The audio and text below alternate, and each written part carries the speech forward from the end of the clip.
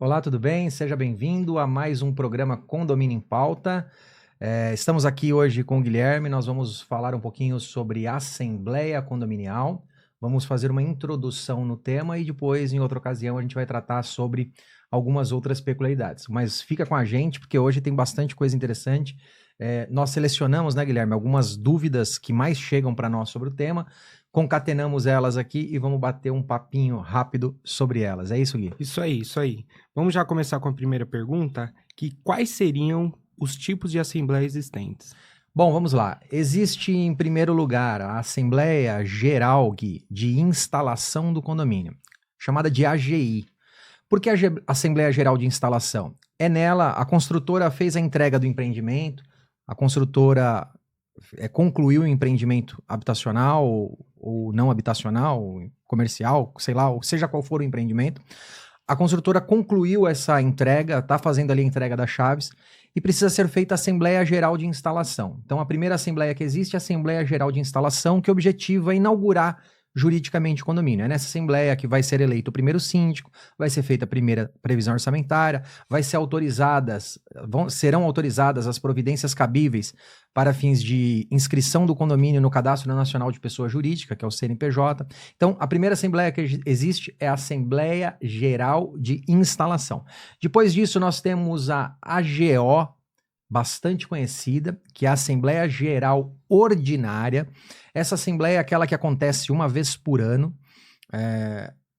Geralmente a convenção diz que período do ano, no primeiro trimestre, no primeiro mês. A convenção vai dizer qual o período em que ela acontece, mas a Assembleia Geral Ordinária é aquela padrão, é aquela que acontece anualmente. Essa Assembleia ela vai discutir, geralmente, prestação de contas do exercício anterior, ela costuma discutir previsão orçamentária, ela costuma, segundo a lei, discutir eventual alteração do regimento interno e, periodicamente, ela faz a eleição de quem vai dirigir o condomínio, síndico, conselho, coisa do tipo. Eu digo periodicamente porque não é que toda assembleia ordinária haverá eleição, porque a assembleia ordinária ela é anual. E a assembleia de eleição, às vezes, ela é bienal, né? Porque a lei permite mandato de até 2 anos. Tem condomínio que prevê mandato de 1 ano, mas a lei permite até 2 anos. Então, a Assembleia Ordinária vai discutir eleição a cada 2 anos, como regra geral. Fora isso, nós temos um terceiro tipo, né? Falamos da Assembleia de Instalação, AGI, falamos da AGO, Assembleia Geral Ordinária, e agora falamos da Assembleia Geral Extraordinária, que é aquela que vai discutir todos os demais assuntos condominiais.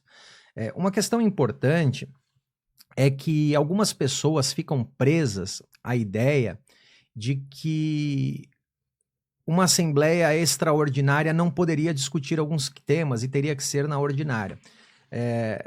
Teoricamente, o ideal é que as assembleias sigam um rito ali previsto na convenção, mas tem um princípio no direito condominial bastante interessante, no direito civil como um todo, bastante interessante, que diz o seguinte: não se declara a nulidade de um ato que não causou prejuízo.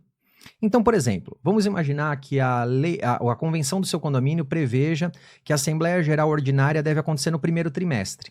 E por algum motivo interno, o condomínio faz isso no segundo trimestre. Isso anula a Assembleia? Por si só, não. Se tiver um motivo plausível, por si só não anula. O ideal é que sigam os prazos. É como em que diz respeito ao rito. Vamos imaginar, eu posso aprovar uma nova previsão orçamentária numa assembleia extraordinária? Sim, como regra, isso é discutido na ordinária. Mas se surgir alguma situação, algum cenário, você pode convocar uma extraordinária para discutir isso? Pode. Então, nós temos que tomar cuidado que a legislação, ela prevê algumas coisas, mas a construção jurisprudencial e doutrinária vem no sentido de que você não vai declarar a nulidade de um ato que não trouxe prejuízo. Então, se às vezes o condomínio fugir desse rigor desse rigor do formalismo, o condomínio necessariamente não vai estar praticando uma irregularidade, ou o gestor não vai estar praticando uma irregularidade. Mas tem que tomar cuidado. Como regra, use os ritos previstos na convenção condominial. E a Assembleia Extraordinária discute o resto. Uma exceção, Guilherme, é a Assembleia de Destituição. A Assembleia de Destituição do síndico diz a lei que ela tem que ser específica para esse fim. Então, o ideal é que a Assembleia de Destituição do síndico seja uma assembleia específica para esse fim. Geralmente é uma extraordinária, caso vá discutir a destituição do síndico, que ela não tenha uma série de outros assuntos sendo discutidos, pela sua complexidade, pela sua gravidade, pela sua importância. Então temos 3 tipos. E quem é o responsável pela convocação de assembleia? Olha, a assembleia, só existem 2 legitimados no Código Civil para convocar uma assembleia. O primeiro legitimado para convocar uma assembleia chama-se síndico. O síndico é o legitimado para convocar a assembleia. Rodrigo, qual o segundo legitimado para convocar uma assembleia? 1/4 dos condôminos. Ou 1/4 da fração ideal do condomínio. Vamos imaginar que o condomínio tem 100 apartamentos. Quem pode convocar a assembleia? O síndico ou os representantes de 25% do condomínio. 25 apartamentos se todos tiverem o mesmo tamanho. E se tiver apartamento, um triplex, aí você vai calcular a fração que atinja pelo menos 25%. Veja, a assembleia é convocada por um síndico ou por 1/4 dos condôminos. Existem convenções condominiais que delegam isso para terceiros. Existem convenções condominiais que dizem, por exemplo, que o subsíndico pode convocar a assembleia. Eu entendo que não, que a convenção não pode se sobrepor à lei. A lei diz que quem pode convocar a assembleia é o síndico e 1/4 dos condôminos. Tem convenção que diz que o conselho pode convocar a assembleia. Não, o conselho ele pode convocar reunião de conselho. A assembleia geral, por força de lei, tem que ser convocada pelo síndico por 1/4 de condôminos. Então, eu não acredito que há uma flexibilização nisso. A administradora convoca a assembleia? Como regra, não. Por que como regra, não? Porque a lei diz que é o síndico. Para a administradora ter legitimidade de convocar, você tem que ter uma assembleia em que há uma transferência dessa função para a administradora.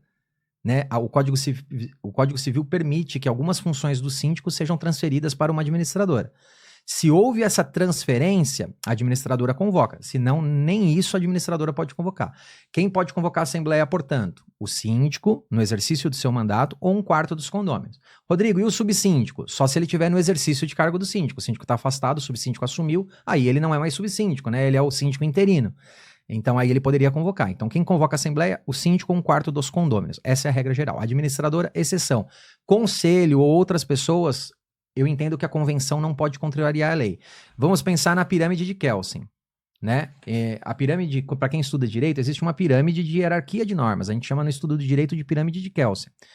Então, lá em cima você tem a Constituição Federal, leis complementares, leis ordinárias, decretos e tudo mais vão surgindo aqui embaixo. A convenção do condomínio é um documento de ordem administrativa interna.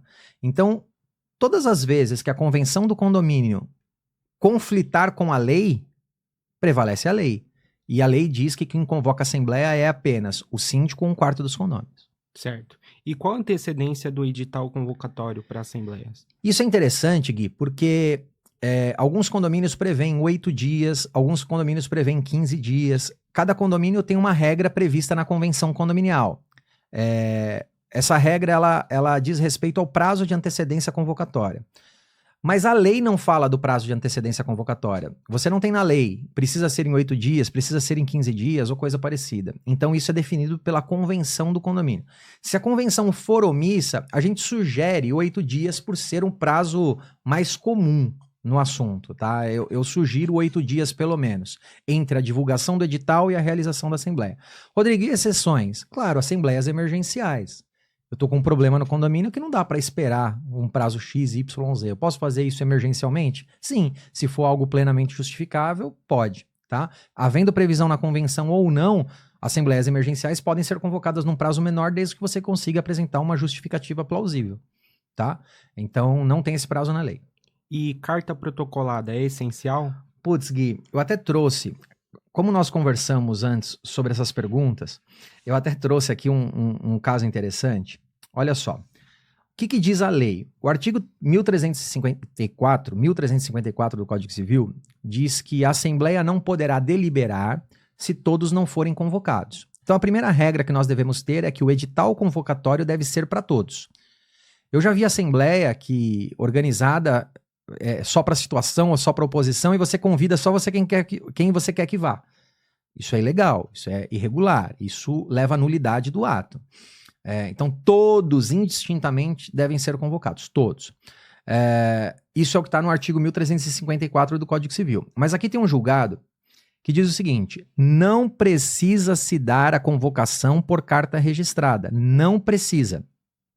Isso está num recurso especial 801-295 de São Paulo, julgado pelo Superior Tribunal de Justiça, de 2006. É um julgado já antigo, tá? Você tem esse julgado sendo repetido em outras datas, né? Mas desde 2006, o Superior Tribunal de Justiça, o STJ, já havia decidido que não precisa de carta protocolada para fins de edital de convocação. Qual que é o grande problema? Muitas convenções condominiais exigem a carta protocolada. E aí, se você não tiver a carta protocolada, essa assembleia seria inválida. Não. O STJ diz que a carta protocolada não é necessário. Isso, como eu disse, um julgado em recurso especial já de 2006. Temos outros julgados. Aqui em São Paulo, por exemplo, tem vários julgados que dispensam a carta protocolada.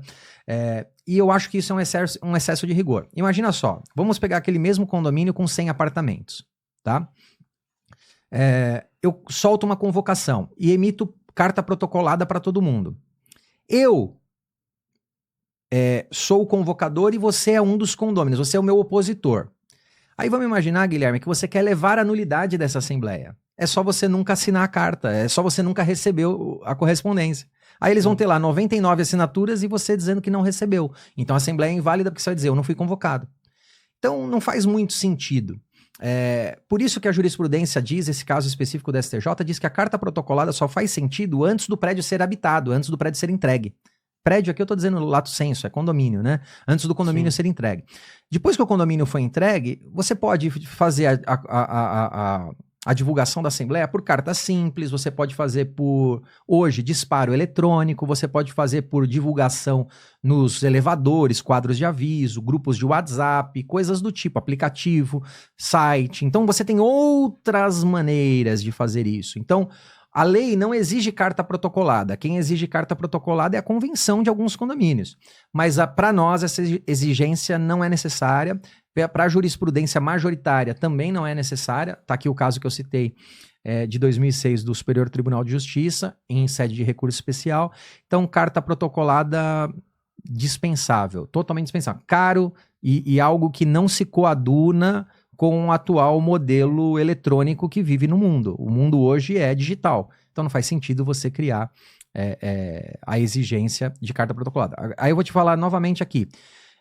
A justiça não declarar a nulidade de algo que não causou prejuízo. Eu me lembro de um caso que eu atuei, se eu não me engano foi no Foro Regional da Penha, aqui em São Paulo, em que uma ex-síndica processou o condomínio pedindo a nulidade da assembleia, alegando que ela não foi convocada por carta protocolada. E aí ela junta o edital convocatório, que ela recebeu por e-mail, eu não me lembro como ela recebeu, mas ela recebeu, e ela mesmo junta na inicial.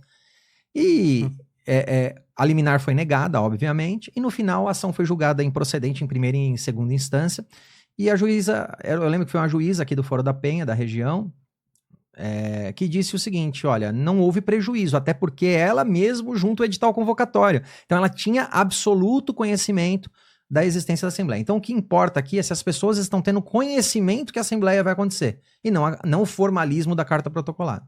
Certo. E primeira e segunda chamada em Assembleia, para que serve verdadeiramente? Para que serve? Isso é legal.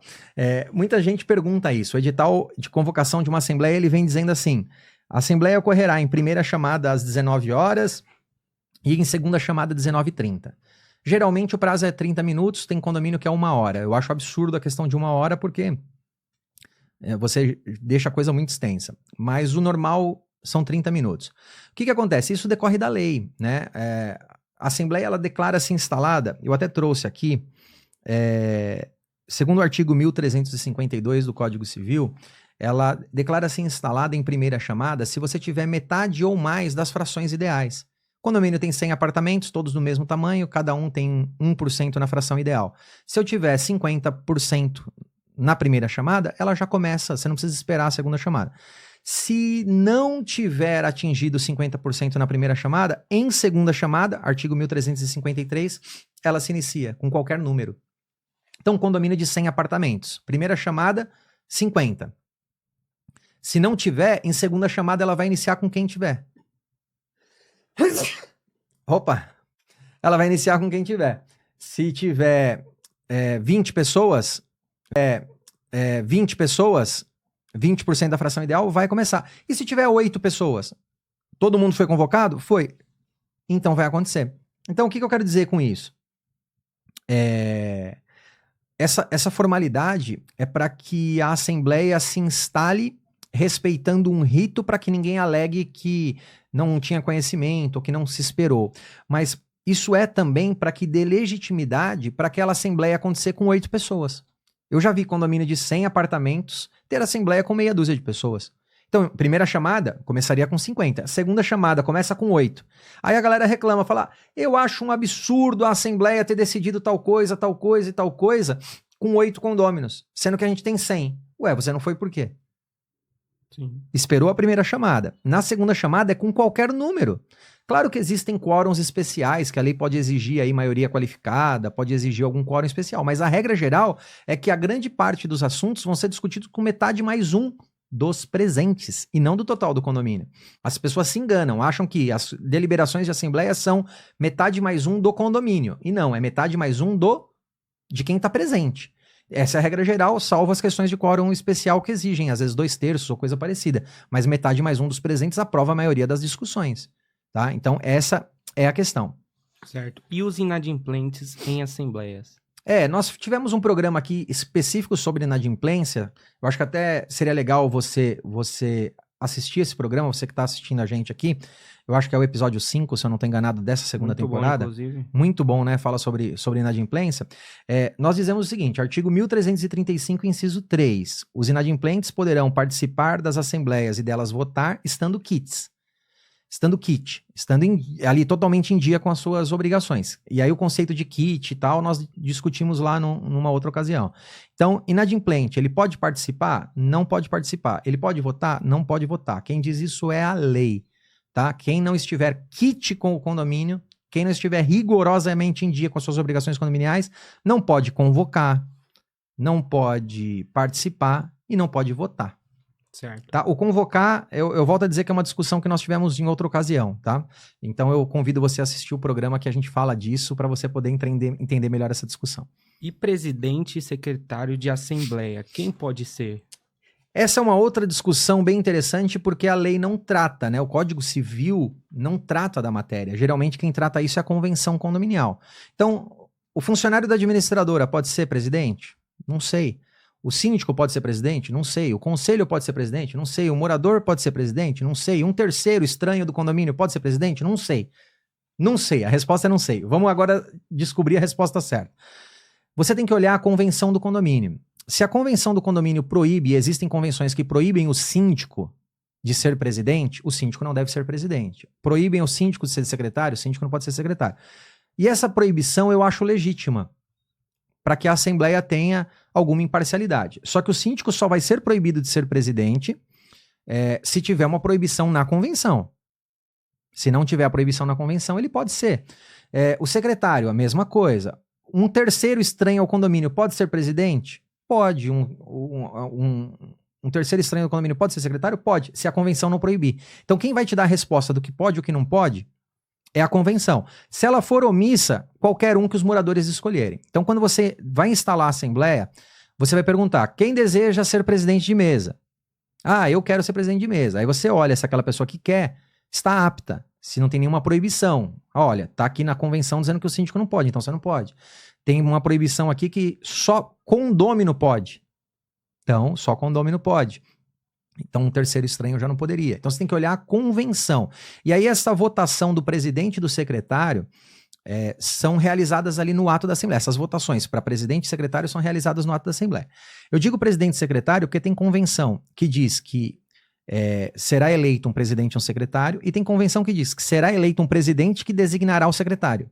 Então, também tem que ver isso. Se o presidente tem poder de indicar o secretário ou se o próprio secretário vai ser eleito pela Assembleia. Então, isso tem que ler a convenção. Se ela for omissa, eleição de ambos. Ambos são eleitos por maioria de votos ali na Assembleia. O que você tem que tomar cuidado é que o presidente conduz os trabalhos da Assembleia, mas o presidente não altera o edital da Assembleia, ele não repauta a Assembleia. Eu já vi situações do seguinte, o condomínio tá lá numa briga política gigantesca. E aí o presidente da Assembleia é um opositor ao síndico. E aí o síndico coloca lá que a pauta vai ser prestação de contas, a pauta vai ser previsão orçamentária. Aí assume o presidente o opositor. A presidência da Assembleia é o opositor. Aí o opositor fala, não, agora eu vou discutir tal coisa. Não, você não tem o poder, né, de alterar o edital convocatório que é anterior à Assembleia. Você não tem o poder de mudar o planejamento de quem convocou aquela Assembleia. Você pode conduzir os trabalhos, mas você também deve fidelidade ao edital convocatório, porque o edital convocatório vincula a Assembleia, né? Tem que tomar cuidado porque em condomínio acontece muito ambiente de discussão, de litígio, oposição, situação, e essas brigas, e às vezes o presidente é um opositor e ele quer punir o síndico, ou coisa parecida, ou quer criar lá um problema. Não deve acontecer, mas se acontecer, o presidente deve fidelidade à convenção, ao edital convocatório. Então, o ideal, gente, sempre é que o presidente de uma assembleia seja o mais imparcial possível e o mais técnico possível. E o secretário é aquele que vai redigir a ata, que vai organizar ali lista de presença, coisa do tipo. Certo. E quem prepara a ata? Seria o secretário? Seria um funcionário? Seria o secretário. Geralmente é o secretário que prepara a ata. Essa é a função propriamente dita dele. Só que uma coisa, Gui, que você deve ter em mente, as pessoas que estão assistindo a gente devem ter em mente, é que a ata da Assembleia não é uma transcrição da Assembleia. A ata da Assembleia é um resumo da Assembleia. Então eu digo o seguinte, a ata deve ter lá a data, os presentes, ou uma menção que os presentes estão na lista de presença, quem é o presidente, quem foi escolhido presidente, se teve votação por quantos votos, quem foi o secretário designado ou eleito, conforme o caso, quais são as pautas que estão sendo discutidas, pauta tal, qual foi o resultado, olha, essa pauta foi reprovada por isso, isso e isso, ou foi aprovada por aquilo, isso e isso, e as questões mais relevantes que você vai descrever ali na ata. Por quê? Algumas pessoas, eu já vi situações em que a pessoa diz assim, a ata não tem a minha fala, eu disse tal coisa. Mas aquilo que você fala pode não ter relevância para a ata. Sim. Então, às vezes você vai discutir uma prestação de contas e você vai ter 1 zilhão de pessoas trazendo considerações pouco relevantes para o debate. Então, aquilo necessariamente não precisa estar em ata. O que precisa estar em ata? Olha, fulano fez pergunta tal e foi respondida. Tal coisa isso, tal coisa aquilo. E no final as contas foram aprovadas. Por tantos votos foram reprovadas ou foram parcialmente reprovadas ou parcialmente aprovadas. Sei lá, não importa.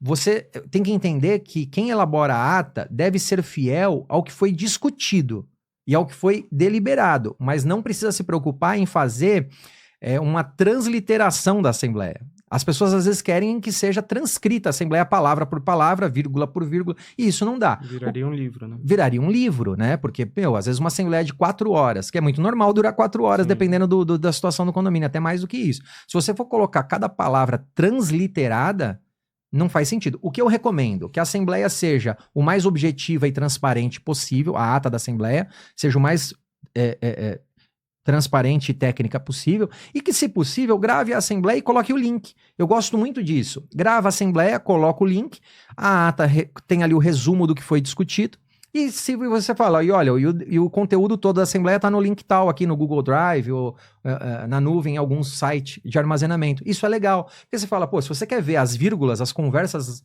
lateralizadas, você assiste o vídeo. Mas a ata vem só com resumo. O que não pode é a ata ser diferente do que foi discutido.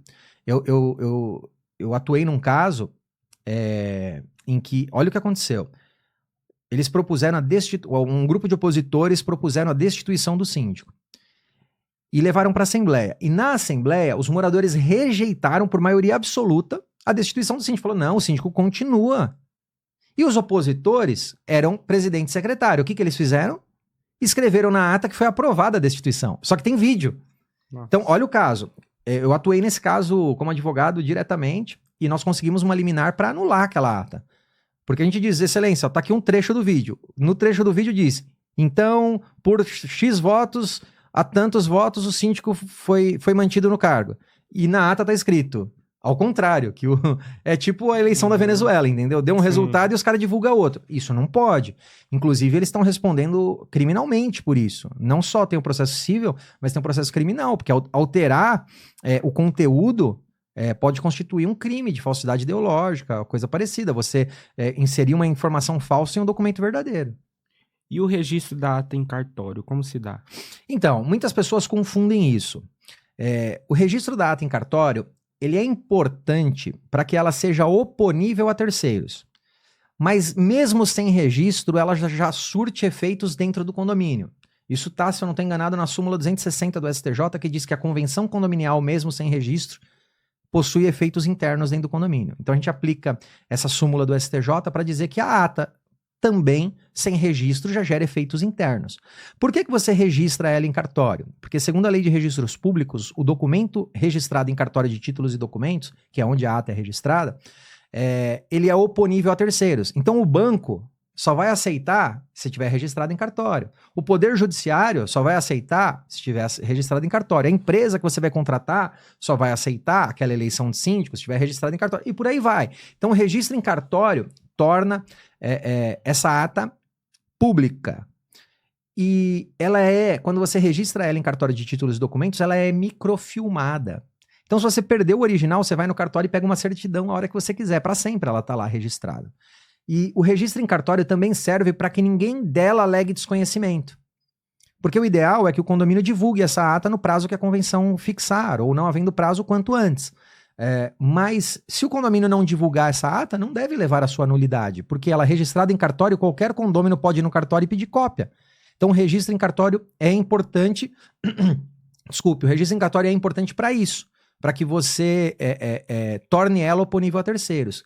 Quem geralmente registra ela em cartório, teoricamente, seria o secretário da Assembleia. Na prática, é a administradora que faz isso, que é o registro público em cartório. Algumas pessoas confundem, Gui, registro em cartório com reconhecimento de firma. Então você manda a ata para o condomínio para eles assinarem, aí ela volta com firma reconhecida. Não precisa. A ata de associação precisa de firma reconhecida. A ata de condomínio não precisa de firma reconhecida. Né? Então, o registro em cartório é você pegar a ata, levar no cartório e registrar. Aqui em São Paulo, capital, só a ata você registra. Existem outros cartórios, por exemplo, Grande São Paulo, interior, que você vai precisar de um requerimento de registro, edital convocatório, ata, lista de presença para poder registrar. Na capital, que aqui é o CDT que cuida disso, só com a ata você registra, assinada pelo presidente e pelo secretário. Agora, uma questão interessante. E se o presidente se recusar a assinar a ata? Já vi acontecer. E se o secretário se recusar a assinar a ata? Você vai assinar a rogo ali com 2 testemunhas. Você vai pegar 2 testemunhas e falar, o que aconteceu foi isso. O presidente, que às vezes é um opositor, não quer assinar a ata, mas está aqui 2 testemunhas que confirmam. Aí você vai fazer um adendo ali na ata e vai assinar e vai registrar do mesmo jeito, dizendo que o presidente se recusou. Isso não impede o registro da ata, tá bom? E hoje a maioria das assinaturas se dão de maneira eletrônica, né? Os cartórios têm admitido aí o registro da ata com assinatura eletrônica, o que facilitou demais. Sim, demais.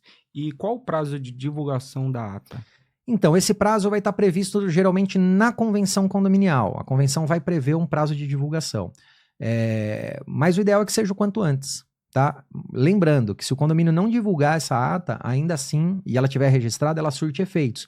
Porque a partir do momento que ela está registrada em cartório de títulos e documentos, ela se torna um documento público, revestido de publicidade. E ninguém dela pode alegar desconhecimento. Hoje você entra no site RTD, acho que é RTD Brasil. Depois você dá no Google lá, RTD Brasil, que é Registro de Títulos e Documentos Brasil. Você entra no site RTD Brasil, digita os dados do seu condomínio e você consegue pedir a certidão de atas que tem no seu condomínio. O condomínio tal da rua tal. Quero as atas dos últimos 2 anos. E o cartório vai te cobrar uma taxa e vai te dar um microfilme dessas atas. Então, quer dizer, ninguém pode alegar desconhecimento, porque ela já está registrada. Mas o ideal é que cumpra o prazo que está ali assinalado na convenção. Se não tiver um prazo assinalado, divulgue-se o quanto antes. Hoje não se faz mais necessidade de divulgar isso de maneira impressa. Você pode divulgar isso de maneira eletrônica, né? Ah, mas a convenção prevê que é impresso. Gente, a convenção tá errada, porque não faz sentido hoje você derrubar a árvore para entregar a ata, sendo que você pode fazer isso eletronicamente. Sendo que a maioria vai jogar fora, né? Vai jogar fora. Ó, no condomínio lá na praia, eu recebo a prestação de contas do condomínio, ela vem todos os meses por correspondência, por correio. O condomínio gasta envelope. A prestação de contas deve ter umas 30 páginas fácil, porque lá é um condomínio enorme, né? Então ele tem essa Lá a administração é própria, né? Então a administração não tem uma administradora, é uma autogestão. Existe uma empresa que foi criada só para administrar o nosso condomínio pela grandeza dele. Desculpe, pelo tamanho dele. E então eles têm essa preocupação com a transparência, né? Eles são funcionários do condomínio fazendo isso. Eu entendo tudo isso. Eu não abro mais, eu jogo fora. Sim. Eu não consigo, é tanto papel, eu nem abro. Quando eu quero fazer uma consulta da prestação de contas, eu vou no online e consulto. Papel hoje não faz sentido. Você fica com aquela pilha de papel, vem um envelope grosso assim, ó, com umas 20, 30 folhas dobradas, não Imagina faz isso sentido. para 3 mil unidades. Como Lá tem acho que 2.500 casas no Guarujá. Cara, eles mandam aquilo vezes 2.500, quase 3 mil unidades. Não faz o menor sentido. Nenhum. Isso aí. É isso aí. Pessoal, esse foi o nosso bate-papo sobre a Assembleia Condominial, né? Segue a gente no Instagram. No Instagram nós estamos lá no @condoempauta. No TikTok, nós estamos lá também no @condoempauta. Lá a gente solta cortes, né, Gui? Sim, desse bate-papo. E no YouTube nós estamos lá no @condomínio em pauta. O Condomínio em Pauta é uma marca registrada da GR Solutions, do grupo Rodrigues Solutions. E é um prazer ter você acompanhando a gente. Estamos aí produzindo bastante conteúdo na nova temporada. Sim. Então, se inscreve lá no nosso canal, acessa o nosso YouTube e o nosso Instagram, nosso TikTok, nós vamos aí sempre produzindo conteúdo e manda dúvidas pra gente. Isso daqui, o tema de hoje, foram dúvidas que nós recebemos. E temos outros temas, né, Gui, para serem discutidos. A gente vai trazendo essas dúvidas, o Gui vai perguntando, eu vou respondendo, outras pessoas vão perguntando, eu vou respondendo, e a gente vai debatendo. E a gente quer também fazer um programa de bate-papos. Então, estamos convidando alguns síndicos aí, a partir das próximas edições, para virem aqui para contar um pouquinho da sua experiência profissional e fazer esse bate-papo. Então, segue a gente lá, acompanha a gente. É isso aí, Guilherme? Isso aí. Vai acompanhando a gente, tá tudo muito bom. Isso aí, um abraço, pessoal. Até o próximo. Mais, tchau. Tchau.